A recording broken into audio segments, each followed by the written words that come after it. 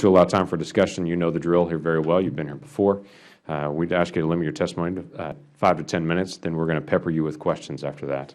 Your entire written statement will be made part of the record, so you feel free to be able to make oral statements that are above and beyond your written statement as well. Now recognize you for 5 minutes for an opening statement, Mr. Gordon. Chairman Lankford, Ranking Member Connolly, other members of the subcommittee, thank you for having me here today. There is nothing that I care about more in the acquisition system than strengthening our acquisition workforce. It is my top priority. It is our top priority. And I'd like to talk about a number of points in this brief opening statement.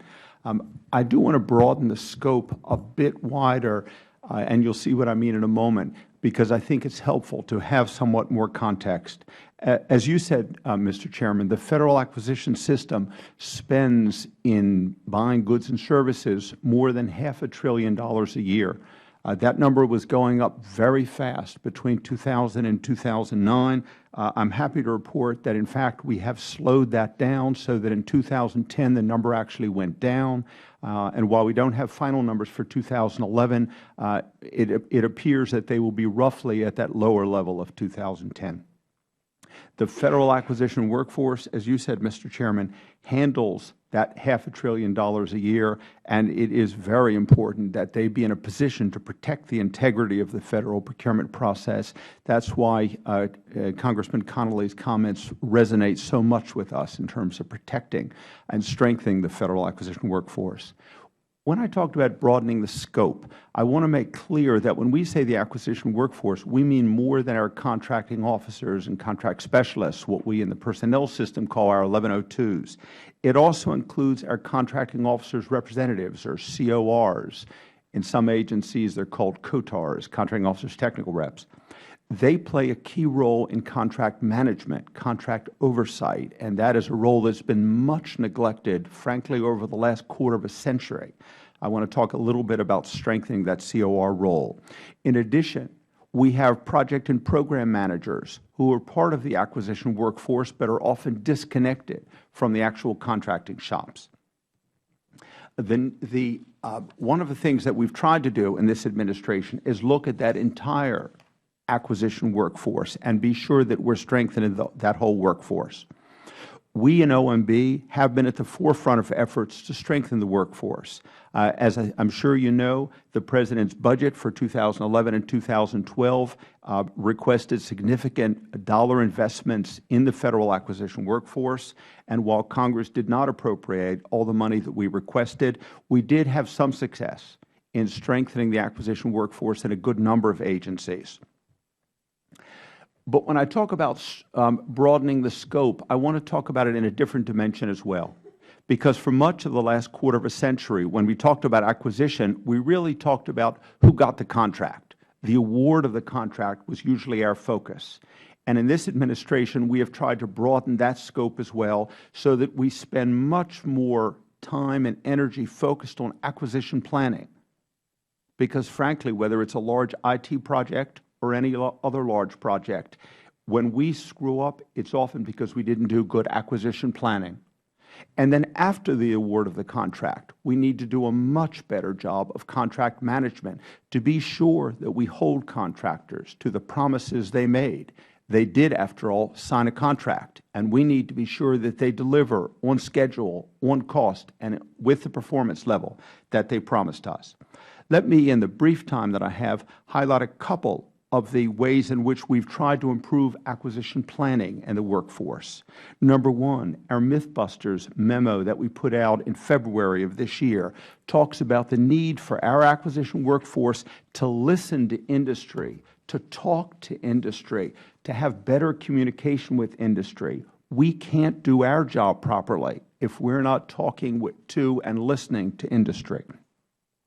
Second, as Congressman Connolly pointed out, we are focused on strengthening specialized acquisition cadres for IT, for services, and for others so that the acquisition cadre can do a better job of planning our acquisitions and carrying them out.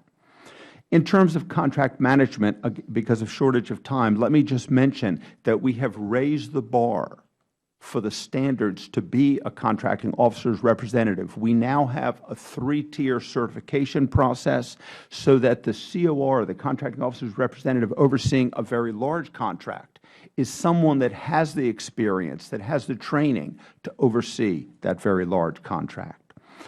In the area of training, you are going to have the benefit in the next panel of hearing from both Donna Jenkins at the Federal Acquisition Institute and Katrina McFarland at the Defense Acquisition University. I will only tell you that we have worked closely with both and done our best to strengthen their efforts and to see to it that they are working together as they are so that our taxpayer funds are being well spent. The fact is, as the stewards of the taxpayer dollars, we need to be sure that we are doing everything we can to avoid fraud, waste, and abuse, and also to spend the money in an intelligent way. Our acquisition workforce, if treated properly, if trained properly, if compensated properly, can be the best protection for the acquisition process, and we appreciate this committee's commitment to improving the acquisition workforce. I am happy to answer any questions the committee members have. Thank you, Mr. Quinn. Let me recognize myself initially for a first round of questions. You obviously walked into this whole thing in motion. You inherited issues. You worked at it significantly for a couple of years, and now you are leaving other things. What is the next person coming in? What should be the first thing they take on? You would say this is the low-hanging fruit. This is the big project. It must be done right now. I will tell you, Mr. Chairman, my response is going to be related to a point that Congressman Connolly made. I am very concerned that the progress we have made over the past 2 years is at risk. Budgetary pressures risk slashing the Federal acquisition workforce, whether it is a matter of cutting salaries, cutting benefits, showing disrespect for our Federal workforce, cutting the numbers of our people, cutting the training that they are getting. We cannot protect the Federal acquisition process without a good Federal acquisition workforce. And I am very concerned that budgetary pressures are going to unroll much of the progress that we have had. Okay. So in the task that the next person has coming in, as far as what midstream to the projects that you have got to understand that, because that's true of every agency, of everything that we do in every part of America and every company currently. Not every, but many companies in America, they're dealing with that same issue. The next director that walks in, what's the project that needs to be first on their desk? I think the priorities are going to remain the same priorities. My priority number 1 has been strengthen the Federal acquisition workforce. That means look for opportunities for training. It means do outreach. The second priority is fiscal responsibility. We need to buy less. We need to buy smarter. One of the benefits of buying smarter is that it reduces the burden on the Federal acquisition workforce. Strategic sourcing, by having vehicles in place government-wide, means that individual contracting officers don't need to run competitions for contracts. That reduces their workload and is helpful. Rebalancing our relationship with contractors, whether it's improving the communication, part of Mythbusters, or seeing to it that we're doing better contract oversight. We need to be sure that we have a good balance in our relationship with our contractors. I don't think that can change. No. Can I ask a quick question? As you're listening to contractors, what's the primary thing that's rising to the top? What are they saying the most? You said that's a major priority. Several things. And I do spend a lot of my time on the road. Listening is something that I learned from my mother is a very important skill. I try to listen a lot, whether it's to contractors or Federal officials or others.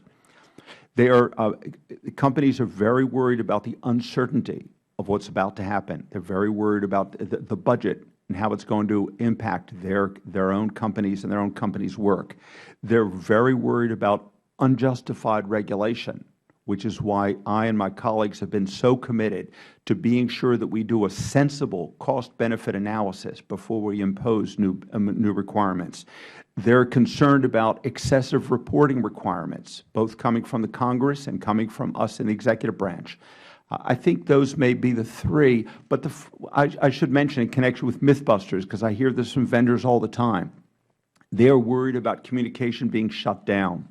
We need more communication, and the companies tell me they're worried that, in fact, too often they don't have enough communication. Do you feel like more contractors are trying to get involved in the process now, or fewer? Do you feel like we're increasing competition, more small, medium, large businesses are engaging in this? We're certainly trying, sir. Is it, I'm trying to get a feel for it. Do you think that's occurring? I understand there's outreach that's happening. Do you think we are getting more people in the pipeline that are bidding? When I look at the data, it looks like we do have an increase in competition and a decrease in sole source contracts. When I look at the number of dollars going to small businesses, I see increases.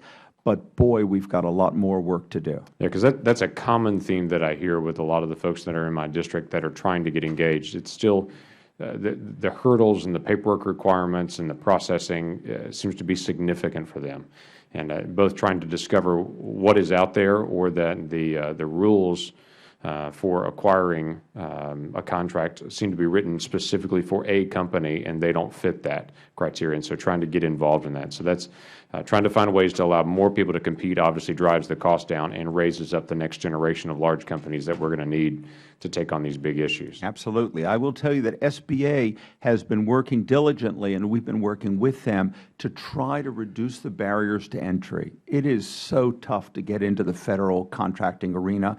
Typically for companies, the first contract is the toughest one to get. Once they've gotten one and they get a feel for how the system works, they can often compete and get further contracts. But breaking down the barriers to entry is tough. SBA is trying to simplify the process and to get materials online to help companies. Right. But that is an ongoing challenge. Okay. Thank you. I yield question to Mr. Conley. Thank you, Mr. Chairman, and welcome back, Mr. Gordon.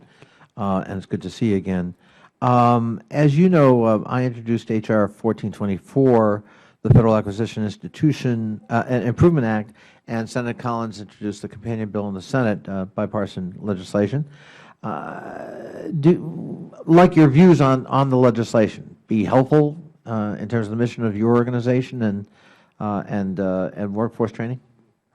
I will tell you, Congressman Connolly, that for us it is a breath of fresh air to have a commitment like you have shown to improving training for our Federal acquisition workforce. It is extremely important. And it is also good to see action up on the Hill that is bipartisan. It is also a good sign. I will tell you that over the years, as you know, the Federal acquisition is often a bipartisan issue, and that is a healthy thing for our workforce.